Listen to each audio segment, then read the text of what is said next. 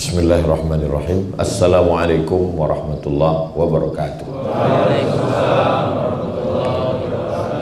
Alhamdulillah, Allahumma salli ala Sayyidina Muhammad wa ala ali Sayyidina Muhammad. Yang sama kita hormati pimpinan, pegawai, karyawan, tambang emas Martabe, mudah-mudahan selalu istiqomah iman dan Islam. Amin. Diberikan kebaikan dan kebahagiaan dunia dan akhirat. Amin ya rabbal alamin. Malam tadi kami sampai gelap, jadi saya tidak tahu posisi kita ini di mana ini. Maka yang pertama saya lakukan adalah mapping, pemetaan. Lalu saya buka www.google.com, Google Map. Oh, saya masih berada di Pulau Sumatera, Swarna Dwipa, Pulau Emas. Jadi memang asli nama tanah ini memang emas isinya semua. Cuman dia di dalam tanah. Kalau yang di atas banyak emas itu Pulau Jawa namanya. Saya masih berada di Pulau Sumatera. Berarti saya kemarin berangkat dari bawah Pekanbaru, naik menelusuri atas sampai ke Ujung Batu, terus ke Pasir Pangarayan, terus ke Dalu, masuk perbatasan Sumatera Utara, masuk ke Sosa, terus lanjut ke Padang Sidempuan. Jadi Sumatera, di atasnya Aceh, di bawahnya Sumatera Utara, di bawahnya Riau. Ini sekarang saya agak ke kiri sedikit. Kalau diteruskan Sibolga. Nah, nanti baru perjalanan saya menuju ke kanan, terus ke Kota Pinang, baru ke kanan. Kalau diteruskan lagi ke tepian pantai timur, Sumatera pantai barat, pantai timur. Inilah pentingnya supaya kita tidak salah arah. Karena kalau salah arah bisa pulang lagi ke Pekanbaru. Nah, sementara jadwal ini terus ke atas, naik nanti puncaknya ke Medan. Baru naik dari Medan hari Senin, pulang lagi ke Pekanbaru naik pesawat. Begitu jugalah saat kita sedang berada di alam ini sekarang, mapping dulu. Aku ini sedang di mana ini? Apakah sudah sampai ke tujuan atau masih dalam perjalanan? Karena banyak orang yang menganggap ini tujuan. Inilah tujuan. Rupanya ini bukan. Ini masih dalam perjalanan. Lalu kita ini datang dari mana? Ada teori mengatakan bahwa dunia ini isinya dulu air semua, tak ada tanah. Lalu karena disinari matahari yang panas berjuta-juta tahun, akhirnya air tadi menyusut. Ketika menyusut, naiklah tanah ke atas. Itulah yang disebut dengan daratan. Makanya lautannya lebih luas daripada daratan. Lalu makhluk yang ada di air tadi naik ke atas. Yang awalnya ikan di dalam, tiba-tiba dia berkaki naik ke atas. Karena kepanasan, kulitnya ini tumbuh bulu. Itulah dia jadi monyet. Lalu monyet berevolusi. Saya tak sampai hati mau mengatakan jadilah kita. Kalau saya bilang jadilah kalian, gak enak kali kan. Jadilah manusia. Yang punya teori ini namanya Charles Darwin. Jadi kata dia, kita tidak berasal dari mana-mana, kita berasal di sini dan akan mati di sini. Kata dia begitu. Tapi teori ini juga terbantahkan. Kalau memang kita ini dari ikan, naik ke bumi jadi monyet, terus berevolusi, lalu kenapa kita bertahan di sini? Kenapa kita tidak berevolusi kepada makhluk selanjutnya? Terbantahkan. Lalu yang betul itu bukan dari pikiran. Yang betul itu adalah datang dari Tanzilal Azizir Rahim, datang dari Allah. Itulah di Al-Quran. Lalu Al-Quran mengatakan kita ini datang dari mana? Wa idh qulna lil malaikati, ingatlah ketika aku berkata kepada malaikat, inni ja'ilun fil ardi khalifah. Aku menjadikan di atas muka bumi ini khalifah. Khalifah artinya pengganti. Pimpinannya Nabi Muhammad SAW. Meninggal Nabi, datang penggantinya sebagai pimpinan, bukan sebagai Nabi, sebagai pimpinan. Namanya Abu Bakar Siddiq. Maka Abu Bakar itu disebut sebagai khalifah. Dalam tarekat Naqsabandiyah, pimpinannya namanya Syekh Mursyid. Ketika Syekh Mursyid tak ada, Syekh Mursyid mengirim pengganti. Penggantinya itu namanya khalifah. Karena Ustaz Abdul Somad tidak bisa datang, maka ada penggantinya UAS juga, namanya Ustaz Abdul Salam. Maka itu khalifah, pengganti. Kata Allah, aku ingin mengangkat satu makhluk di dunia, namanya khalifah, pengganti. Jadi kalau begitu, kita tidak di sini asalnya. Asal kita adalah diciptakan Allah di dalam surga, lalu kemudian dia ingin kita menjadi pengganti, dikirimlah kita ke bumi. Lalu kemudian selama di bumi ini melewati proses yang panjang, kira-kira 63 tahun. Jadi siapa yang hari ini 62, 11 bulan, 29 hari, memang udah saatnya lah bertaubat nasuha. Asalnya kita dari alam roh. Kalau satu roh, kalau dua rohani, kalau tiga arwah, roh saya, roh bapak, roh ibu, roh kita waktu itu berkumpul bersama di dalam surga. Makanya kalau ada di antara bapak ibu menengok saya ini, macam-macam pernah nampak Ustaz. Di mana ya? Berarti itu pernah nampak. Di surga? Enggak, di YouTube. Kalau kita pergi ke satu tempat, nampak kita muka orang.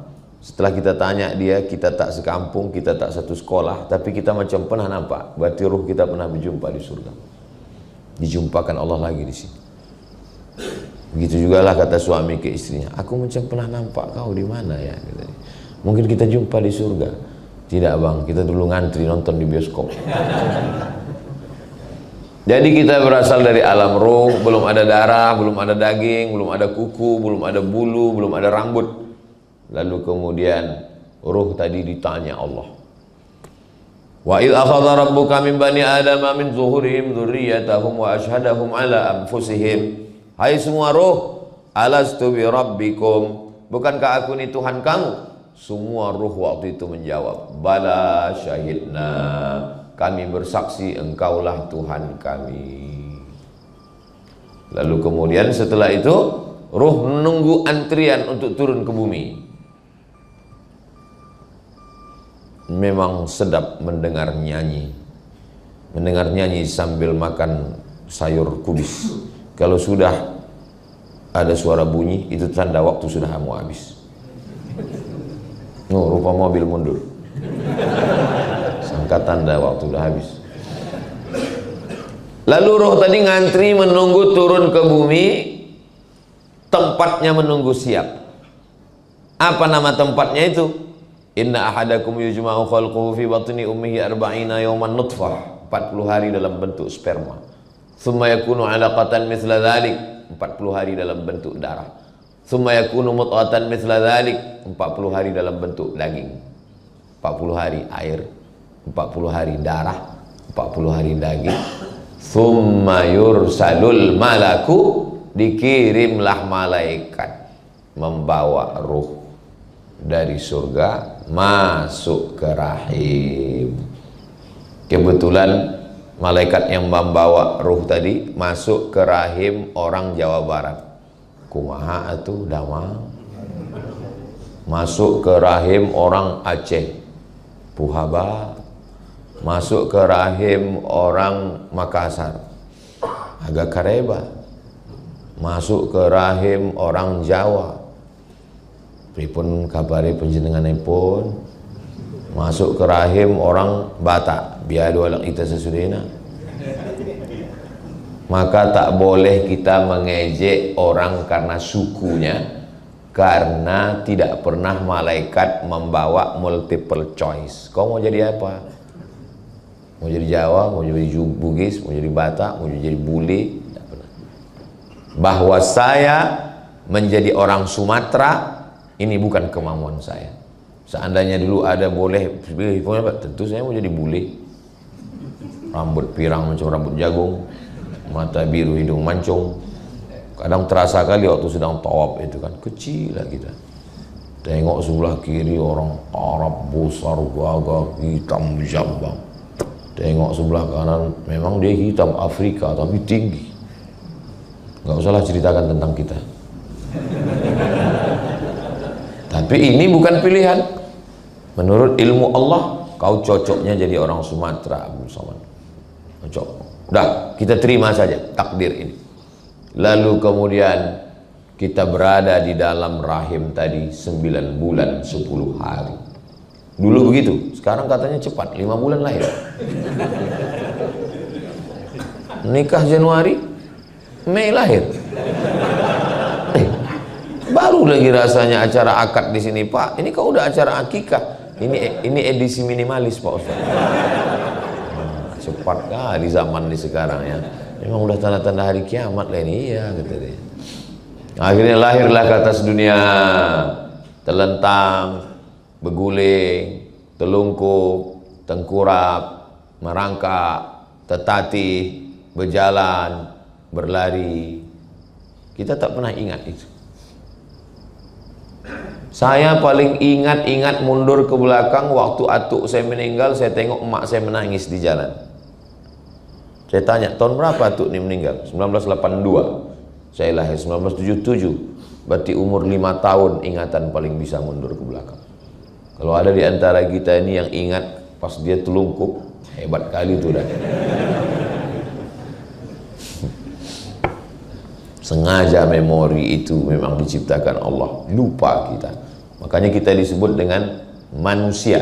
Manusia itu diambil dari kata nasya. Nasya artinya lupa. Lupa dulu lahir macam mana, lupa dulu merangkak jatuh, lupa. Kayak manusia yang lupa ini diingatkan. Ada yang lebih parah lagi, lupa kampung, lupa rumah, lupa bini. Itu namanya amnesia.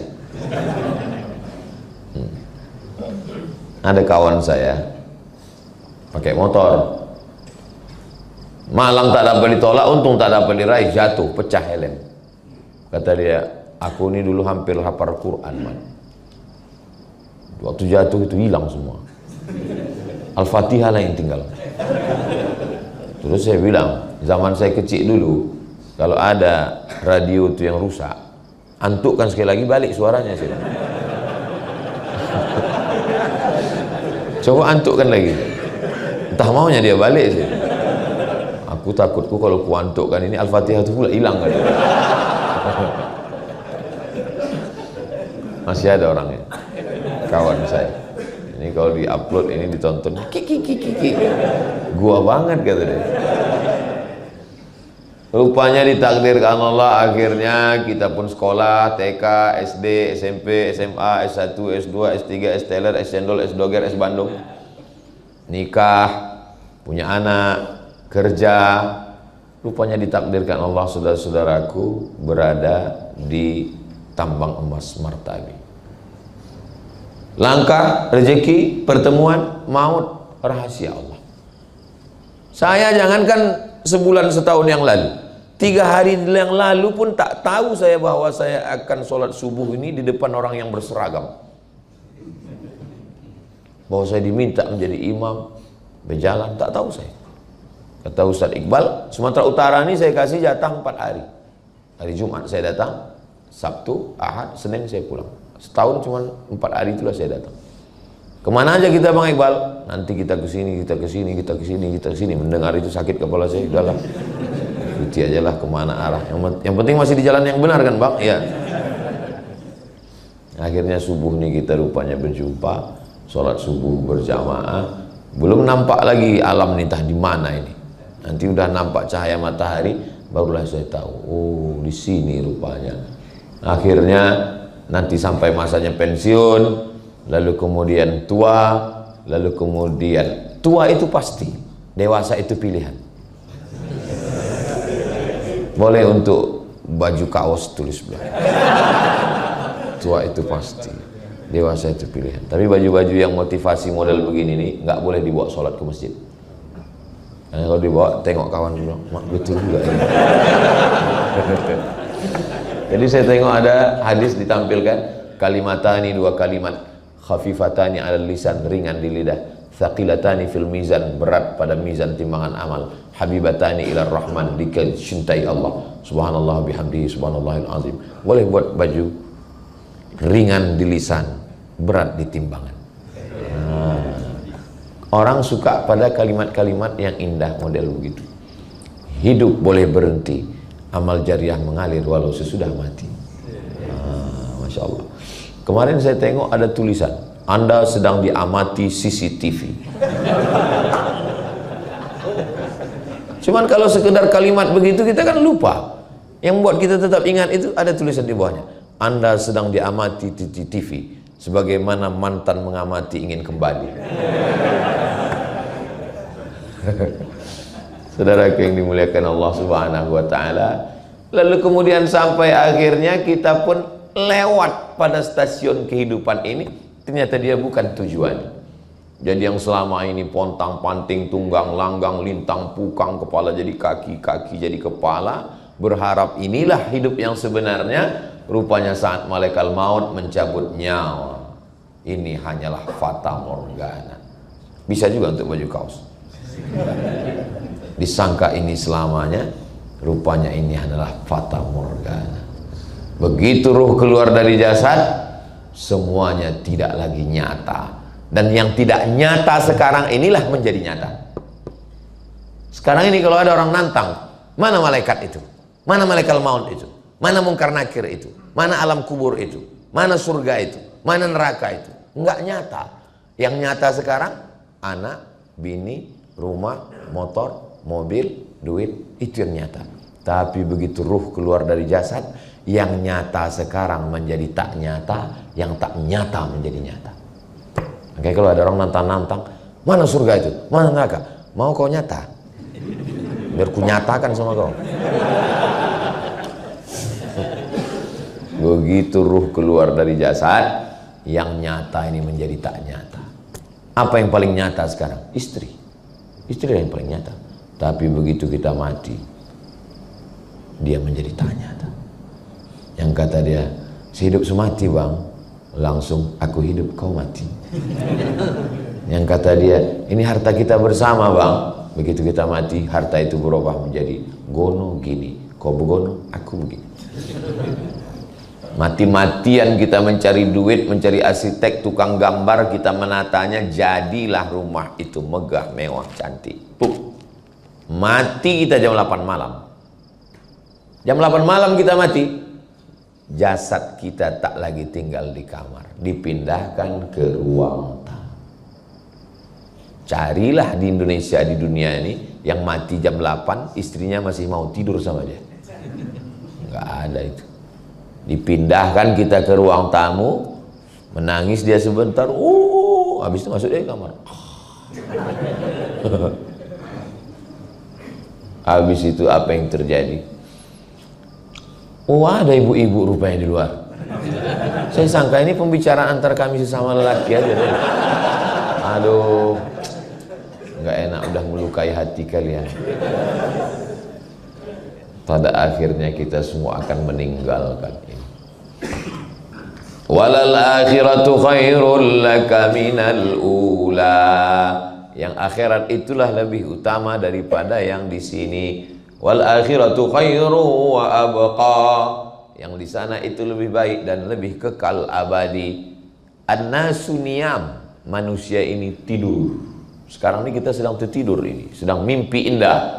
Ada yang mimpi jadi orang kaya, ada yang mimpi menang pilkada, ada yang mimpi jadi pengusaha. Orang kalau sudah mimpi, makin lelap tidurnya, makin sedap, maka mengigaunya pun makin. Maka kalau tidurnya biasa aja, nggak mengigau, itu tanda banyak beban itu. Tapi kalau sampai mengigau-ngigau, itu tandanya tidurnya sangat pulas dan lelap. Makanya kalau ada kawan sedikit-sedikit cerita, rumahku, mobilku, bilang, kau nampaknya lelap kali tidur. Terlalu dalam. Sampai pada akhirnya ketika nyawa itu disentapkan, ditarik dari jasad, macam mata kail pancing ditarik dari kulit yang basah, macam tebasan pedang 100 kali di tempat sama diulang-ulang, macam kambing yang dikuliti hidup-hidup. Di saat itu barulah terbangun, terjaga, rupanya hidup ini hanyalah mimpi. Dan setelah itu kita pun akan menjalani kehidupan yang sesungguhnya. Dan itulah yang disebut dengan lahiyal hayawan, kehidupan yang hakiki yang lebih lama daripada di sini. Imam Syafi'i lahir 150, meninggal 204. Lahir 150 di Gaza, Palestina. Semoga Allah menolong saudara kita dari Palestina. Meninggal 204 di Mesir, makamnya di Mesir. Berarti hidup di atas di dunia ini cuma 54 tahun. Saya sekarang 47. Kalau 54, 7 tahun lagi aku mati. Mak, ngeri-ngeri sedap juga ya. Cuman 54 tahun umur Imam Syafi'i. Meninggal tahun 204. Sekarang tahun 1446. Berarti dia sudah di alam barzah, alam kubur 1200 tahun lebih. Lebih lama di atas tanah atau dalam tanah? Lebih lama dalam tanah. Tapi yang dipersiapkan orang apa sekarang kok ditanya? Apa yang kau persiapkan? Alhamdulillah Pak Ustadz, untuk pensiun ini saya sudah siap. Tabungan saya ada di bank Pak Ustadz, dalam bentuk duit. Nah, karena kebetulan saya kerja di perusahaan emas, adalah beberapa kilo Pak Ustadz.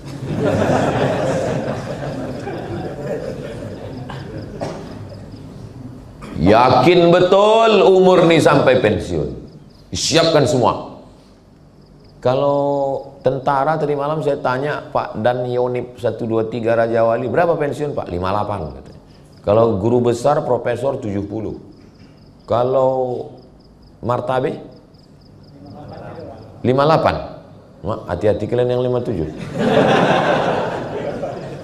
Yakin betul dia persiapan ini 58. Aku 58 pensiun, siap. Ya tak tahu malaikat maut datang 55. Rupanya malaikat maut itu kalau datang ditanyanya dulu kita, kau udah pensiun apa belum? Enak kali. Begitu sampai masanya kita mati, semuanya tinggal baju seragam diganti dengan kain kafan.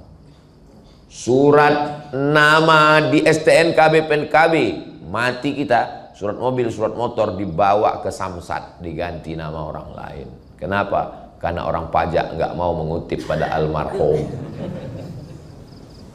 Yang paling sakitnya, ini kalau aku ceritakan nanti berubah perasaan kalian. Surat nikah pun berubah. Nama kita di surat nikah itu hanya bertahan 4 bulan 10 hari. Setelah itu berganti nama menjadi Bronis, berondong manis. Memang sekarang kalian senyum, tapi pas pulang dari sini nanti, aku yang khawatirkan berpengaruh pada etos kerja ini. Mohon maaf Pak pimpinan, tiba-tiba orang ini hari ini termenung aja. Dia tanya, kok nggak semangat kerja? Itu apalah kita semangat kok, pada akhirnya mati juga. Saya nggak mau itu.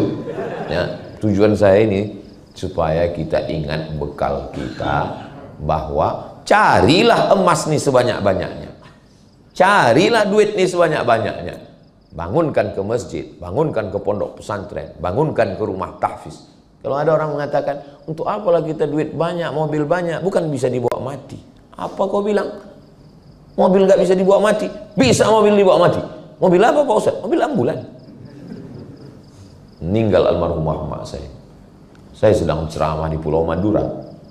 Kata adik saya, nggak ada rumah sakit ini yang mau ngasih mobil mengantar ke kampung. Mak sakit kali hati saya. Sebelum tahu orang itu Mak Ustaz Somad. Setelah tahu, banyak kali. Saya tak mau ada orang sampai matinya dibawa naik ojek, digulung pakai tikar, dibawa naik ojek. Ada Bapak dapat gambarnya? Kalau belum nanti ku kirim. Saya mesti ada mobil. Saya bilang ke yayasan, mesti ada mobil ambulan. Alhamdulillah, sekarang yayasan kami Tabung Wakaf Umat sudah ada 2 ambulan. Yayasan Zayan Insani Sejahtera ada ambulan, 1 ambulan. Pokoknya semua yayasan yang di bawah Ustaz Abdul Somad, setiap provinsi ada 1, wajib punya ambulan. Gimana saya bilang? Alhamdulillah Ustaz, kita udah punya ambulan. Siapapun masyarakat yang sakit meninggal gratis pakai. Syaratnya 2, sakit mati. Gratis. Cuman operasionalnya ada tiap hari. Jarang pula yang sakit, jarang pula yang meninggal sekarang Pak Ustaz. Alhamdulillah. Rupanya ambulan ini dulu saya tahu saya 2 aja tupoksinya, sakit mati. Sekarang 3, dipakai untuk mudik. Banyak yang nyewa ambulan pulang. Saya nggak diperiksa di jalan kan. Waktu COVID itu, kan diperiksa ketat, nggak boleh lewat, nggak boleh. Ambulan lewat gitu. Padahal orang sehat semua dah. Kok bisa pulang kampung? Kami naik ambulan Pak Ustaz. Bapak Ibu yang dimuliakan Allah Subhanahu wa taala. Jadi sampai akhirnya selesailah hidup kita. Pada akhirnya hidup hanyalah sepotong kenangan. Maka tinggalkanlah kenangan yang baik. Kau dulu kerja di mana? Aku kerja dulu di tempat tambang emas Martabe. Oh, di sana. Siapalah kawan kau yang paling kau ingat di tempat kerja kau? Ada 2. Yang satu itu baiknya ya Allah, macam saudara kandung. Yang satu itu hancur kalian. Ada setiap beban akulah yang jadi apa? Beban kerja ke aku juga, beban absen ke aku juga, beban hutang ke aku juga. Curiganya aku tuh dia memang dari tanah, tapi mungkin dari tanah timbul cipta dia. Saudara yang dimuliakan Allah Subhanahu wa taala, pada akhirnya menghembuskan nafas yang terakhir. Kalau bisa waktu kita lahir dulu semua orang ketawa menyambut, oh senang. Dan waktu kita mati semua orang menangis. Waktu kita lahir yang menyambut ketawa, kita menangis. Tak tahulah ya, setahu saya belum ada lagi anak lahir ketawa. Kok lahir dia ketawa, kita pula pucat. Waktu lahir kita ketawa, yang menyambut. Waktu lahir kita menangis, yang menyambut kita itu ketawa. Kita mau waktu kita mati keliling kita menangis dan kita tersenyum karena kita husnul khatimah. Sebelum ruh itu keluar dari badan, dikepakkan malaikat sayapnya. Nampak kita tempat kita di surga. Baru kita tersenyum, barulah kita mati. Itu maka waktu dibuka penutup wajahnya. Kalau menengok jenazah itu buka tutup aja, buka nampak. Loh, kok senyum dia Pak Ustaz? Kata Pak Ustaz, mati itu sakit. Katanya mati itu menyakitkan. Kok senyum dia? Karena sebelum mati udah nampaknya tempatnya di surga. Saya, jangankan tempat saya di surga, tempat nginap tadi malam pun tak nampak saya. Di mana kita nginap nih Bang Iqbal? Di rumah masyarakat atau di hotel? Ada di sana itu apa katanya? Kotak-kotak besi kargo.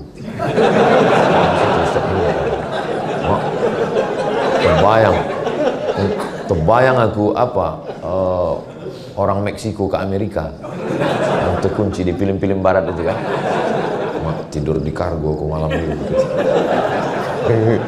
Rupanya pas masuk ke dalam fasilitas hotel bintang 5, biasa nyaman kali. Pas tadi malam tuh tidur, belum tidur kali pas mau tidur, nampak saya makhluk besar tinggi naik ke atas tempat tidur itu. Saya bilang, jangan kau ganggu aku, sesama saudara jangan saling mengganggu. Bismika Allahumma ahya wa amut. Tidur saya. Bukan mau nakut-nakuti yang punya kamar tuh.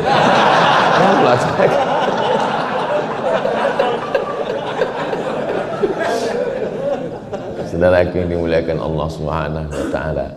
Akhirnya kenapa lah Ustadz selalu kalau ceramah itu Ustadz pancing-pancing kami supaya senyum. Saya mau melengok, jamaah ini bahagia atau tidak. Nah, maka kalau saya tengok dari senyumnya ini bahagia. Pernah saya pancing-pancing orang, nggak bisa dia ketawa. Saya pancing-pancing, sikit aja. Wah, itu berat kali beban orang. Karena kalau saya tanya, pasti semua ngaku bahagia kan? Apakah jamaah yang ada di Martabe bahagia? Bahagia. Saya nggak mau nanya orang kayak gitu. Saya pancing, tapi dia tengok senyumnya, kok aku tengok ini nggak ada beban ini orang. Tapi nggak tahu juga lah kita kan. Saudaraku yang dimuliakan Allah. Tadi saya dikasih tahu, besok kita sholat subuh. Habis sholat subuh itu Ustadz menjawab pertanyaan katanya. Nah, biasanya kertasnya udah ditumpuk. Pas saya tanya, ada pertanyaan. Orang ini mau mencoba Ustadz menyanyaknya itu pakai telepati. Jadi tengoknya gini. Saya bilang ilmu saya belum sampai ke situ. Jadi kalau mereka tak nulis, sampaikan aja. Maka tadi kata Bapak Ustadz Somad, nanti ada 2 pertanyaan, 2 dari laki-laki, 2 perempuan. Enggak masalah, sebanyak apapun enggak apa. Apalah susahnya membaca pertanyaan kan? Yang bisa saya jawab, yang nggak bisa saya bawa pulang. Nanti baru saya jawab dari Pekanbaru, di-upload, ditonton di channel Ustadz Abdul Somad Official. Subscribe, like, share, and comment. Nah, jadi lebih kurang setengah jam. Tadi dari jam 5.20, sekarang jam 6 kurang 10, 30 menit saya sampaikan materi. Intinya bahwa ini bukan tempat kita. Makanya kita tak nyaman di sini. Karena tempat kita yang asli nanti kita diundang oleh Allah. Ya ayyatuhan nafsul mutmainnah, wahai jiwa yang tenang, irji'i, pulanglah. Ini bukan tempat kau. Irji'i, pulanglah. Ila rabbiki radiyatan mardiyah, pulang dalam keadaan bahagia. Fadkhuli fi ibadi, masuklah bersama hamba-hambaku. Wadkhuli jannati, masuklah ke dalam surgaku. Mati itu membahagiakan. Makanya kalau ada orang yang takut mati, kau takut mati? Aku takut kali Pak Ustaz. Berarti takut pulang kampung. Kalau ada orang takut pulang kampung, berarti ada masalah di kampung. Tapi orang kalau udah mau dekat Idul Fitri, oh senang kali. Disiapkan semua, baju baru, rumah baru, bini baru. Mau pulang kampung. Semua baru, mobil baru dari Dialer, baru DP. Kredit 4 tahun. Bunyi klaksonnya pun bunyi kredit. Saudara yang dimuliakan Allah Subhanahu wa taala, akhirnya kita akan mati bersama kita di martabe ini berkumpul. Begini juga lah nanti kita berkumpul di surga jannatul. Nanti ketika kawan-kawan, sahabat-sahabat keluarga besar martabe ini masuk ke dalam surga, yang pertama kalian cari adalah Abdul Somad. Malaikat Ridwan, iya. Kami udah 3 hari di sini nggak nampak kami Ustaz Somad. Apa transit dia? Kata malaikat, dia udah lama nunggu kalian di ruang VVIP. Amin. Begitu cara saya supaya dapat amin kalian. Nah, bersama kita insya Allah. Pak Ustadz, nanti aku kalau di surga itu sama kawanku itu yang satu kerja itu. Iya. Masa sama dia juga lagi di surga Pak Ustadz? Sedang di dunianya sudah hancur kali bersama dia. Wa naza'na ma fi sudurihim min ghillin, segala sifat-sifat jelek di hati mereka kami cabut. Maka di surga itu nanti tak ada lagi sifat jelek. Dan di surga itu umurnya masuk surga itu antara 33, 32, 30, 31. La yadkhulul jannata ajuz, orang tua tak masuk surga. Oh, nangislah orang tua ini. Kenapa kau menangis, kata Nabi? Orang tua tak masuk surga.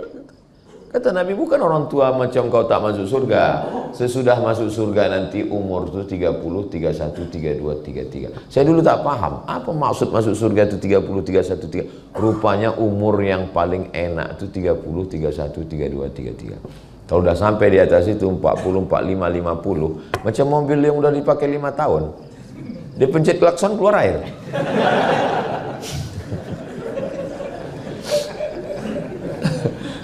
Jangan tersinggung. Kunci dengar cakap saya ini satu, jangan tersinggung. Ada beberapa jamaah tersinggung, pulang meninggal.